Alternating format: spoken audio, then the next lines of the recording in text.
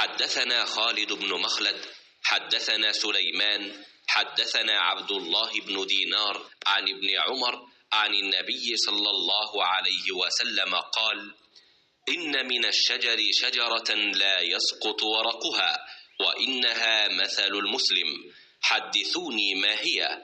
قال: فوقع الناس في شجر البوادي.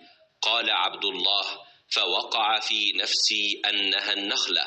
ثم قالوا: حدثنا ما هي يا رسول الله؟ قال: هي النخلة. हज़रत सल्लल्लाहु अलैहि वसल्लम ने फरमाया, दरख्तों में से एक दरख्त ऐसा है कि उसके पत्ते नहीं झड़ते और मुसलमान की भी यही मिसाल है। बतलाओ वो कौन सा दरख्त है? ये सुनकर लोगों के ख्यालात जंगल के दरख्तों में चले गए।